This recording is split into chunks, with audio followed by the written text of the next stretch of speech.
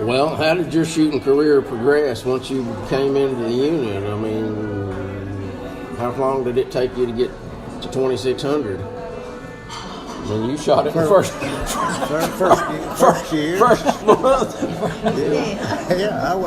I wasn't that good, but first year I shot 2,600. Then it just kept getting easier after that, you know. And I think you can't beat the fundamentals. I mean, if you know the fundamentals and you practice those, you'll get good. Well, in your words, define the fundamentals. Well, that's the stance, position, grip, breath control, sight alignment, trigger control, mental preparation. That mental preparation is the main part of it. That's the hardest to manipulate. Yeah.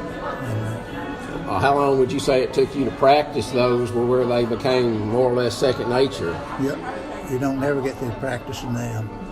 You stay with that throughout your shooting careers. Yeah. You can tell what's wrong with each one while you're shooting. Well, how come you didn't give them fundamentals to him on the side of that pecan tree? He's teaching them right now. Well, what's your view on the fundamentals today? I mean, you were 10 or 15 years after Herschel, I presume, coming into the big theory. I can tell you the difference between then and now. Then, somebody like me who knew absolutely nothing about shooting, when you listened to somebody coaching you, you paid attention and you did exactly what they said. Why? Because you didn't know no better.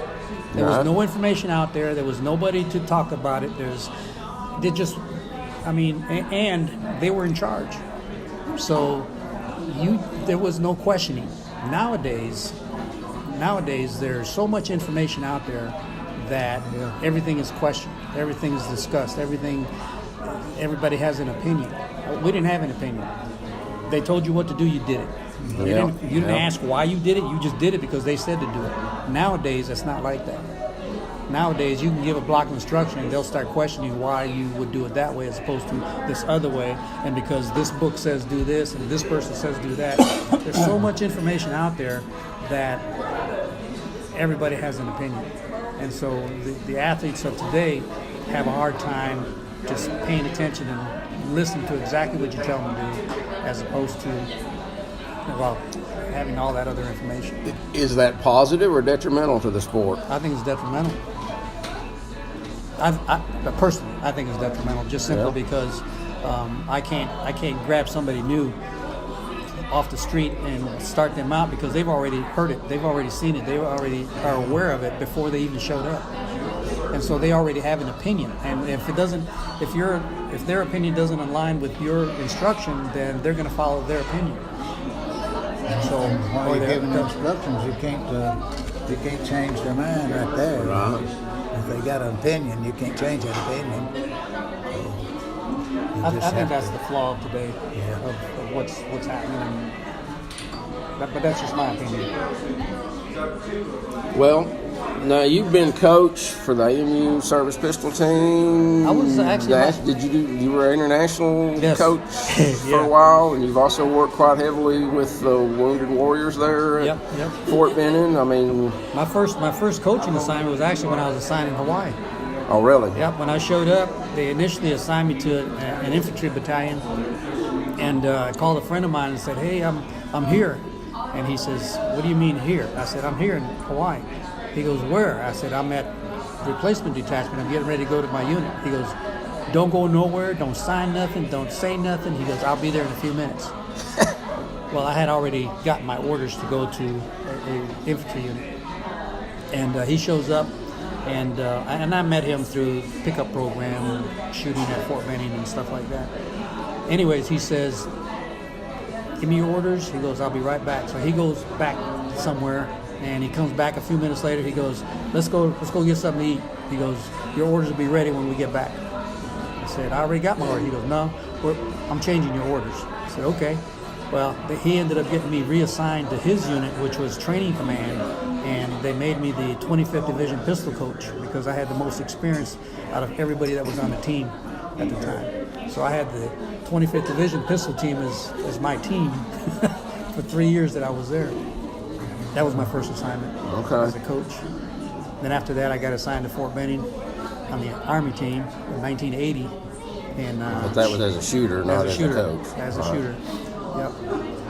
And then I did that until 92 when I retired.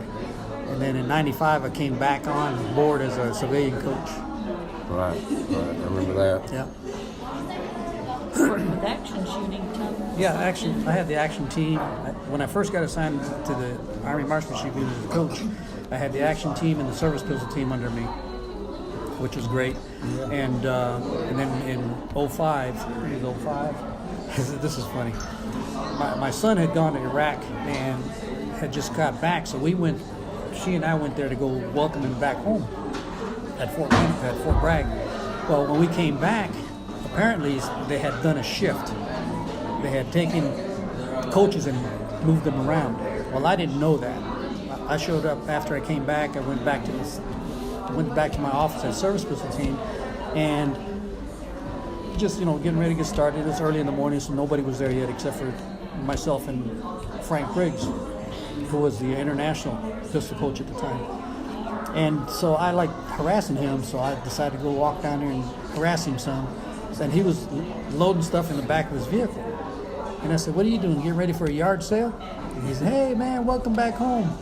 I said, "Yeah." I said, "I'm glad to be back." So I said, "Seriously, what are you doing?" Because he had typewriters and, office type stuff. And I said, "What are you doing?" He goes, "Oh, you haven't heard." I said, "Heard what?" He goes, "I'm clearing out your office."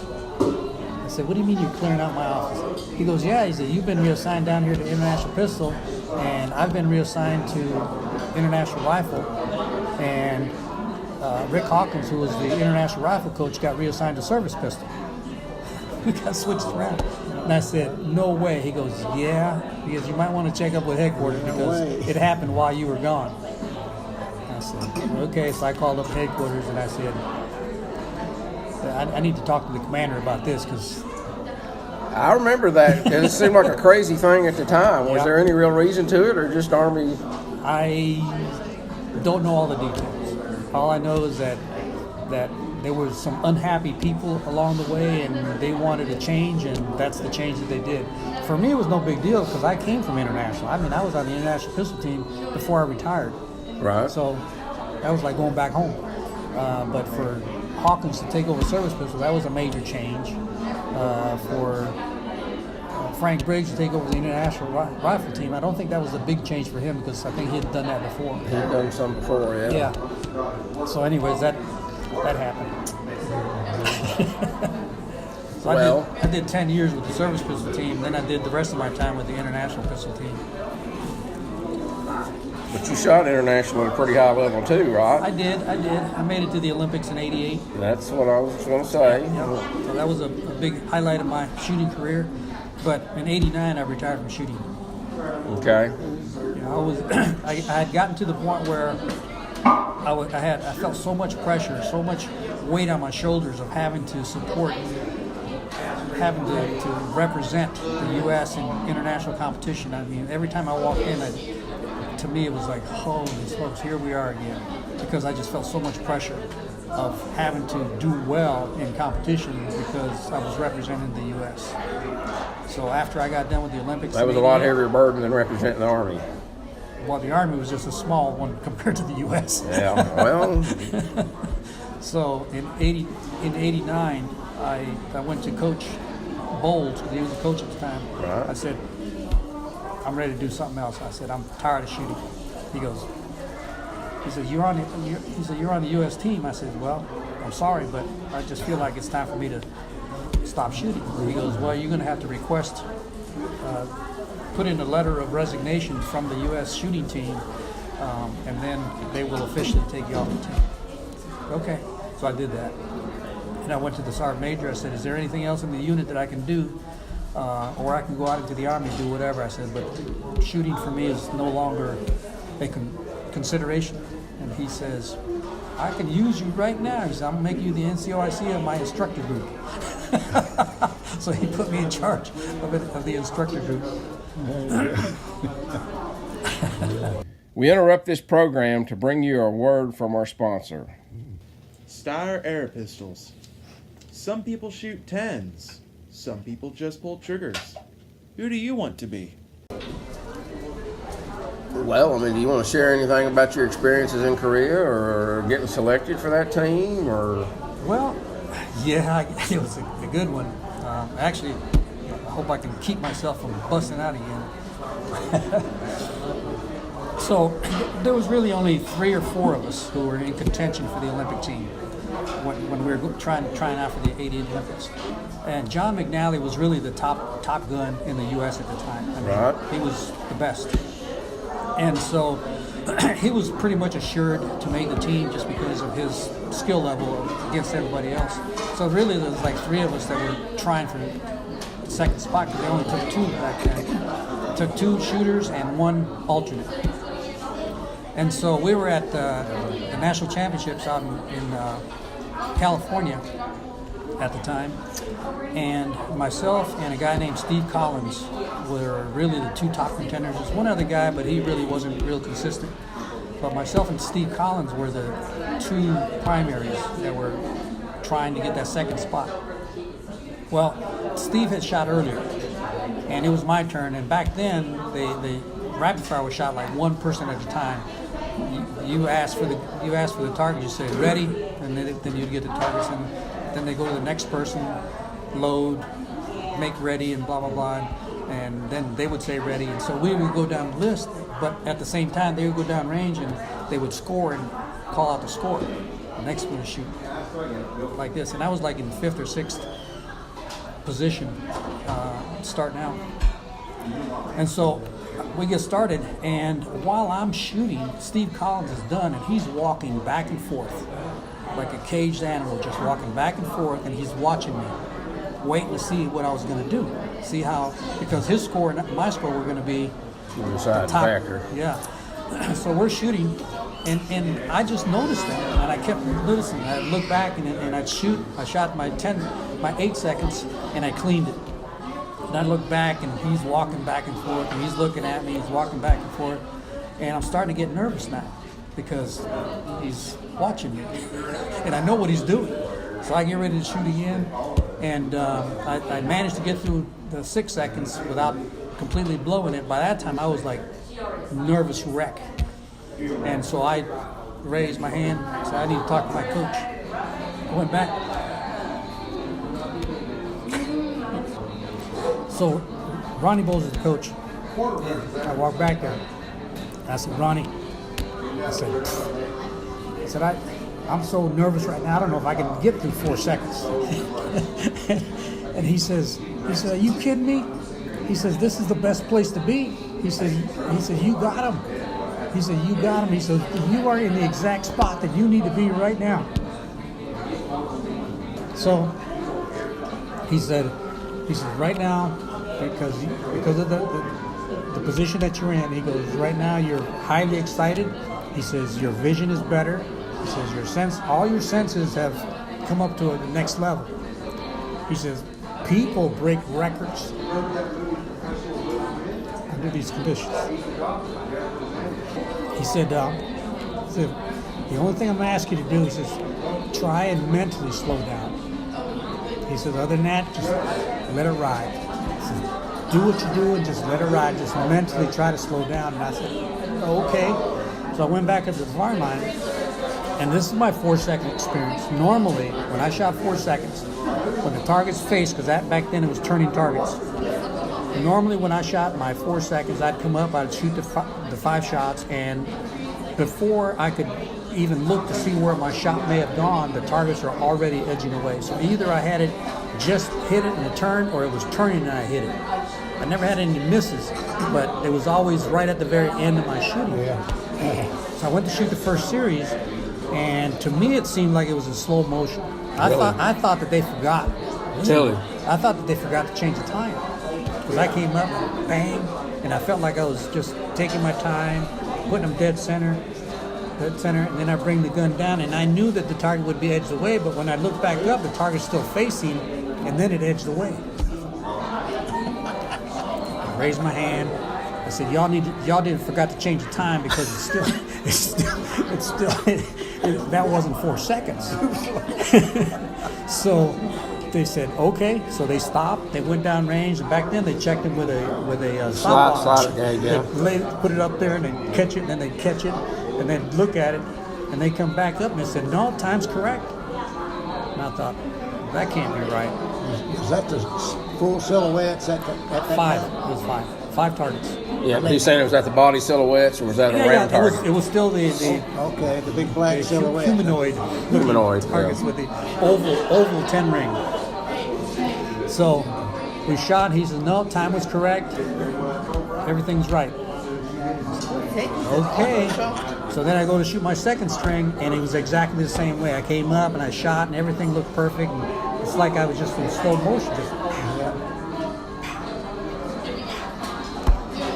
Put the gun down, looked up, target still faced, and then it went edged away. And so I thought, well, if the time is right, I'm not going to challenge it again because I assume it's correct. I know, yeah. And I ended up doing exceptionally well. And the only thing the experience I got from that was I was so pumped up, so excited, just ready to go that when I went through it, I must have been shooting really fast, but in my mind, I thought I was shooting very slow because it just looked I was in slow motion. So when I came up, so my arm would come up, I'd see the sights, everything looked right. Come over, everything looked right. Just every target looked perfect. And then it was done. Yeah. And obviously I made the team because I outshot the other guys. And what did he say when he came home that day, Betty? Do you remember anything about that? No, I don't. A lot of times whenever he would come home, he would still not be happy with whatever it was that he did that day. It was still not good enough. Right. It was never good enough. And when I used to go watch him shoot, like whenever he was on the service pistol team, before I started working, or I was in the Army too for like 4 years. But, but I would go watch him, and it was excruciating to watch him shoot and sit there because he got the monkey on his back, as he would call it, to where he would just, and he'd put that gun down, he'd walk away, and then he'd come back and he'd pick the gun up, and then he'd put the gun down, he'd walk away. It was like, oh my God. So I was a little intense. Just a little. Yeah, I was shooting a free pistol match in the Pan American Games in Mexico. When I got up to shoot I shot my siders, and I started shooting the first round for a record. I come up 21 times before I get it to fire. 21 times. 21 times before I could get a shot off. Then after I shot that first shot, the pressure was off. Then I could go on and shoot. Well, you won a gold down there, didn't you? Yeah. The gun shop. Air pistol and free pistol. I don't know if that's the same place, but he got a bunch of medals. That But one pressure is something time else, boy. come from South America. He gave one away to grandchildren. A couple of the first 2 he won got stolen. He went fishing down on Tennessee River with his daddy. He broke in the car. And he had a gun and he was sweating it under. They found the medals in the glove compartment. They took off. Really? Yeah. Where was this at? Down Tracy the river, City. on Tennessee Oh, it was River. in Tracy. No, it was down on the river. I thought it was in the shop out there. No, when you was down fishing with your daddy. Oh, okay. I don't know. I don't remember. I remember years ago. anymore from 1 minute to another. Yeah, Ray's had some good experiences there, hasn't he? Wow. Well, how did you transition between Bullseye and Rapid Fire? I mean, that's a big step. Well, Ronnie Bowles was the head coach for the service pistol team, still on active duty. And when I was on the team, in 1980, I got assigned to the Army team out of Schofield Barracks. And I shot with Bullseye for that first year. And I went to Ronnie Bullseye and I said, hey, I want to try out for that international stuff. He goes, oh no. He goes, you're staying here with me. He says, you can't go down, you can't try out for the international team until I retire. Well, I didn't know he was retiring that year. Oh yeah. He had a plan. He had a plan. So after he retired, when he told me about his retirement, he says, after I retire, he says, then you can go down there and try out for international. I said, okay. So I did. And I went down there, and John Smith, I think, was in charge of the international pistol team. And so I showed up down there, and I said, I want to try out in rapid fire. And he says, nope. He goes, I got plenty of rapid fire shooters. He goes, if you want to try out, he goes, you can try out a free pistol or an air pistol.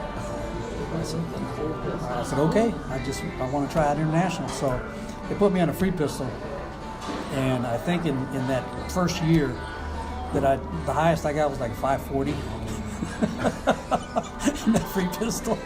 I just didn't have the patience for slow.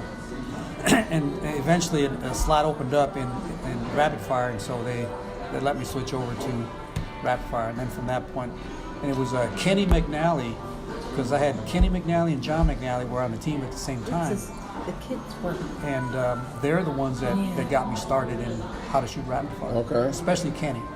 John was always training himself, and so he was Focused on himself. yeah. But Kenny was on a team, and he was a good shooter too. But he watched me shoot because I didn't know nothing about it.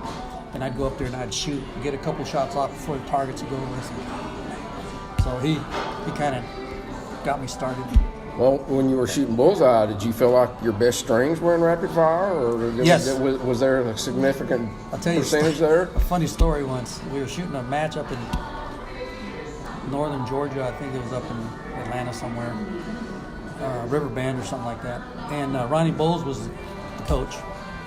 And it was customary that when you shot it in a team match, that the team stayed behind the firing line and only the other people went down range to score and repair targets and stuff like that. Well, I had just got through shooting time fire, and I thought I shot 100. And I had one or two that were close, but I thought that they would go. Looking through my scope, they would go. And I went to Ronnie because he was the coach. And I said, just make sure that they look at those two down there real close because I'm pretty sure it's 100. He goes, we'll take care of it. Don't worry about it. You just stay right here and relax. So when they go down range, and I thought to myself, he's just going to let me lose it. I'm going down there and I'm going to fight for it. So I followed them down range while they were scoring. And when that guy called off a 9, I said, oh. Ronnie looks around and goes, what are you doing here? Get back up to that firing line. I mean, he chewed me out, sent me back. And I was so mad. Because he hollered at me when I was trying to fight for my score. I was fit to be tied. So we get up on the fire line, I'm just fuming like this, just going like this. And they called commands for rapid fire, the first string, and I'm sitting there getting ready. I thought, I'll teach him. I'll teach him. So I came up and I got ready and I got pow, pow, pow, pow, pow. Take that. I'm thinking to myself, take that. Well, you go to the next string, load up, come back, and I said, I got his number.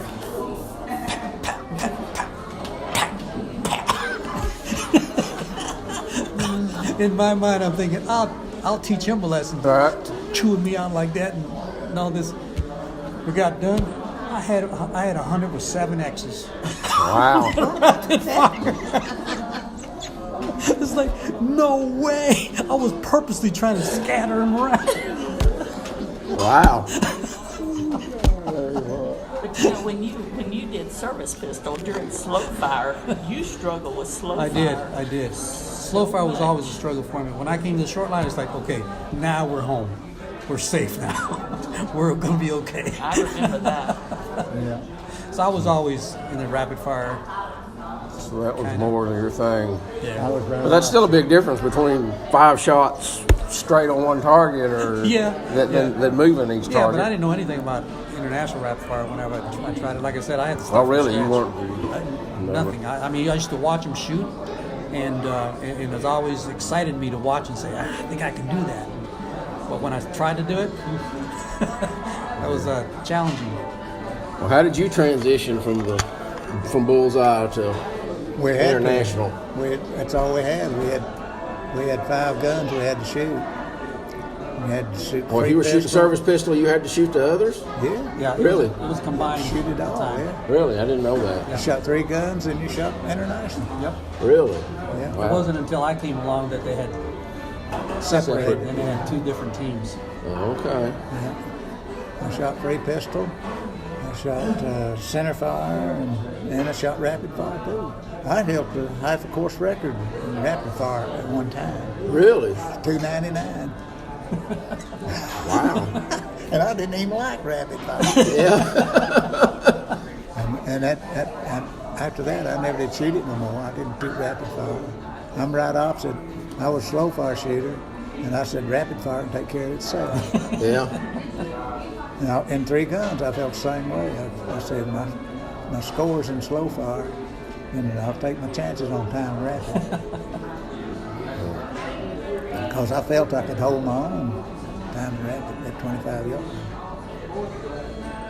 Well, what was the Olympic selection process like in the 70s? How did you make the 72 team? Well, I think that, I was a high scorer with a free pistol and an air pistol, and that took care of that. I didn't worry about it. And where were the selection matches held back then? Were they shot Phoenix. at Phoenix? Yeah. Okay, Black Canyon. Yeah. Yeah. And then when I went to World Championships in '66, scared to death. Scared to death, and it don't pay to be scared in free pistol. It's hard to catch up. Yeah. The air pistol, I had no problem with that. I think the difference back then and now, back then you just had to have nerves of steel and everything that you did in shooting, because there was no mention of a shot process. There was no mention of a shot plan or anything like that. I'd never heard of it until many years later. Nowadays, that's what you push. You push that shooters have a shot process that they follow, and if they stick to that, then that's going to get them through any kind of competition, regardless of what level it is. But you have to truly believe in what that process is and trust it. And that's a big difference. In the early days of teaching shot process, everybody started to learn one, but they wouldn't follow through with it and use it during competitions. They only trained it, but never really used it in competition. Nowadays, we push hard to try to get them to first develop it, and once they develop it, then trust it and follow it during competitions. How do you, as a coach, assess that they're actually doing that? Well, it's fairly simple, really. I mean, when they're training in a training mode and they're following a shot process, the end result is they shoot within what their acceptable range of perfection is. Mm-hmm. An acceptable range of perfection, in my mind, is that if their vision is correct and seeing the sights clearly, if they're holding as steady as they can, and they are manipulating the trigger the way that they should, then the end result is that shot's gonna fall well within their ability to hold on that target in their smallest hole. It doesn't mean it's a 10 all the time. It just means that shot's going to fall within that small hold capability. When they do that in training and they do it consistently time after time after time, I know that they're following that procedure correctly. But then when they go into competition and it's not working because now they got shots way out of that area, they're not following that process because they're not trusting it. They know they have one, but they're not trusting it, so they're not using it. Instead, what they try to do is to fix it during competitions, and it doesn't work. Yeah. Shooting isn't like a lot of sports where if you try a little bit harder, it'll get a little bit better. You might be able to run a little faster, you might be able to jump a little higher. You can do a lot of things if you try a little bit more during some sports. Shooting isn't one of those. You try a little bit harder in shooting and it goes in the opposite direction. It gets worse. Well, back to you, Herschel, and What kind of coaching did you get in after you were at the unit? Did you get any coaching? How much? Max Salmon, he had. Yeah, Did you coach him, Trouty? I mean, were you his cheerleading section, or No. you just hoped he did well so he didn't come home grouchy? Max Salmon was rough on him. Yeah. Yeah, I was shooting a match at Fort Campbell, But he liked him. 3-gun, and in a 45 match, I shot a couple of 10s, an X, then I shot a 9 at 1 o'clock, and then shot another 9 at 1 or 2 o'clock. And old Mac come over and he says, down 2, left 2.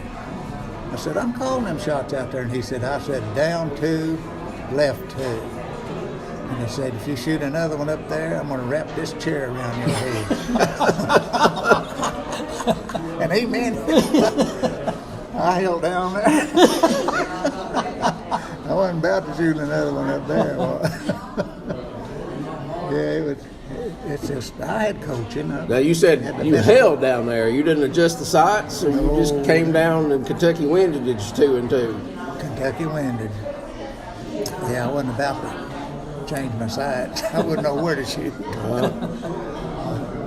I had good coaches. Had Max Salmon most of the time started me out shooting. Good friends with him. Then That's why I all the probably other liked coaches him. there, with Aubrey and Red, and the shooters next to you, they coach you too. Right. A couple of years ago. You get enough coaching. Like Just what you get out of it's what you're looking for. But he died long before. I just, I'd go out there and shoot. I'd shoot by myself, and I'd practice fundamentals and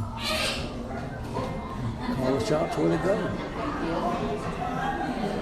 But I could always ask the coach, about shots and stuff. So tell me about that day in Nashville when you must have been doing the fundamentals really well. Yeah, I was shooting real good. What do you remember about that day? What did you eat for breakfast that morning? I don't eat breakfast. Don't eat breakfast. Never did. Never did, really. No, I But only was shooting. around. He didn't smoke when he was smoking. He did. He didn't smoke when he was shot? I didn't smoke when I shoot. No. I would have figured the nicotine withdrawal would have made you shoot worse. It does. I don't On smoke. enough of them. I didn't smoke. I didn't smoke. I wasn't smoking at all. Oh, you wasn't smoking at all? No. Oh, I thought she was saying you. Oh, yes. I went to Vietnam, I smoked over For there. the long one, then he go back smoking, then he stop again. Oh, okay. I finally done it 10 years ago, stopped. I had to. I got sick all the time and couldn't get rid of it till I stopped smoking. Last time I said, I better don't stop no more. Yeah. Yeah. So, what do you remember about that day? Oh, the 2700. Well, wasn't nobody bothering me. Nobody would ask me questions or nothing like that, And I just stood up there and I'd shoot a good slow fire, 100 or 99. Then when I got into the last 5 rounds, I shot an 8 and 3 9s. Really? You knew where you were at? No, I was standing there and I was shooting good. I just cleaned 5 rounds on a rapid fire match. And I heard some noise behind me. And at Nashville, they opened them doors up. And people, I looked around and here's everybody was standing. Oh, so you knew And that. I come unglued. I said, you gotta get them off. And that was exactly what I told myself. You gotta get this 5 rounds off. Because if I knew up and it didn't break, if I come up and it didn't break, I had problems. And I had problems. But when I come up there, target's turned, I said, I wished I was catching that. Look, give that expression back to the camera. Look up at the camera and do that. But it was tough, boy. But I come out of it okay. Yes, you did. I didn't even have my score down to 2 or 3 guys there, Marine Corps and all that. They done had it added up before I could add it. Right. So it turned out to be it was supposed to be a What was the score? 2680. 2680. Yeah. And how many X's? They had it 82, 85, and everything, and then one guy said, "No, it's 80." So I settled for that. And where were you, Trouty? Were you with him on that trip, or? No, I got Hershey. Take her to school and stuff. Yeah. Just So in you were in summertime. Columbus. In summertime, he went to Europe. Yeah. I didn't have no feeling, you America. know, about. I was shooting good, and I knew I was shooting good, and I never thought about it till the last 5 rounds when I seen all those people back there. Yeah. You were in the 70s quite a few times that year. 11 times, I believe. 11 times. 11 times before I shot the 2680. Leading up to that 2680. Well, did he call you up and tell you? Or? Just another day at the office. Didn't care. I shot the 2700. She wasn't a kid.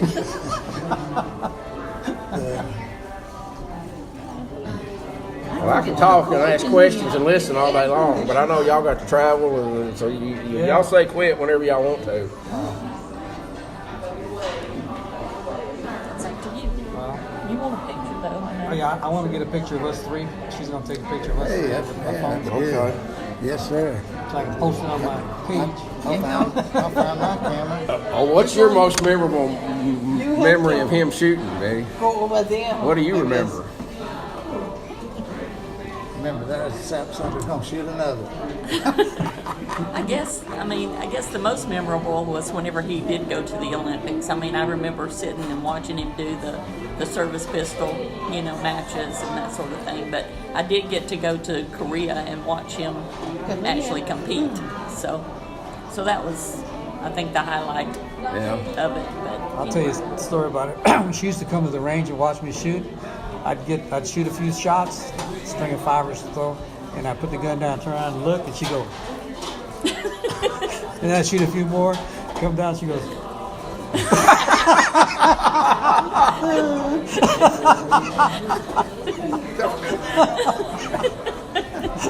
First was the Olympic with Munich problem. They had the problem up there. Yeah. Boy, I was worried about them then, but they already shot. And he was going to see my mom in Berlin. On Munich up there, but I didn't know that. So he'd already shot after the. Yeah, but where they started all the terrorists. What was?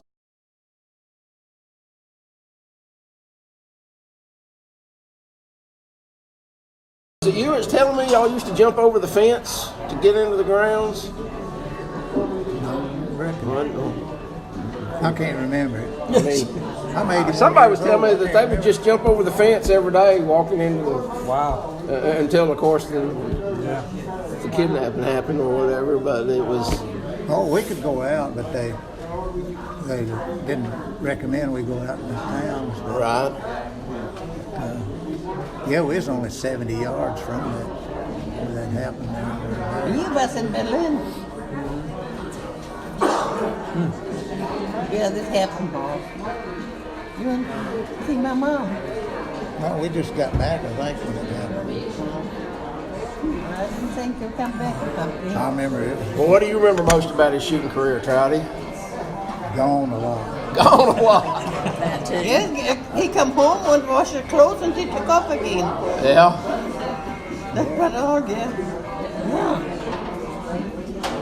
We went, the Herschel didn't go, before he went to school, we went in summer, but we went with them because, it was fun. And hey, the lake area up there, golly, you fix a bed that morning, on the night time you won't be in the old barracks, things like that. Go in there, had to do it again, all the tent in there, and all that noise. God, they shoot off, I don't know how many are shooting off one time. I didn't like it up there. I didn't That's want to something we go. could do, and we loved it, didn't we? Yep. Yeah.